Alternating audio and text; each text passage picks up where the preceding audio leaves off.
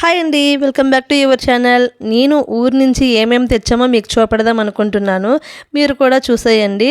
ఇంకా అరిసెలు, సంక్రాంతి అంటేనే పిండి వంటలు కదా, అలాగే జంతికలు. ఇంకా దీంతో పాటు ఇంకా ఇక్కడ వచ్చేసరికల్లా పిల్లలకి ఇష్టమని పప్పు చీగడలు అయితే బయట నుంచి కొన్నాము. అలాగే ఇక్కడైతే మాత్రం సున్నుండల పిండి కూడా తెచ్చేసుకున్నాం అనమాట. ఎందుకంటే కొద్దిగా ఎండొస్తే సున్నుండలు చూడదామని.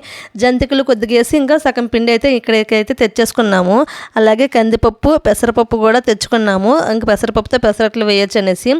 అప్పడాలు అయితే 3 రకాల అప్పడాలు అయితే పెట్టాము. నెయ్యి వడియాలు, ప్లెయిన్ అప్పడాలు, అలాగే వరిపిండి అప్పడాలు అనమాట. ఇవి ఇంటికాడ పెట్టినవి అనమాట. ఇంకా అలాగే పాపకి ఇష్టం అనేసి మజ్జిగ మిరపకాయలు అయితే మాత్రంగా తెచ్చామన్నమాట. ఇంకా అమ్మ అయితే 2 కేజీలు మజ్జిగ మిరపకాయలు అయితే పెట్టింది. అలాగే జీడిపప్పు, ఇంకా దీంతో పాటు ఇక్కడ వచ్చేసరికల్లా బూందీ వచ్చనమాట. అలాగే మినపొడియాలు అప్పుడప్పుడు కూర వండుదామని తెచ్చామన్నమాట. నేను వెళ్ళేటప్పుడల్లా ఏదో ఒక వస్తువు మా అమ్మగారు ఉన్నవైతే కొత్తగా ఉంటే నేను కళాయిలు అలాంటివి అయితే తెచ్చేస్తాను.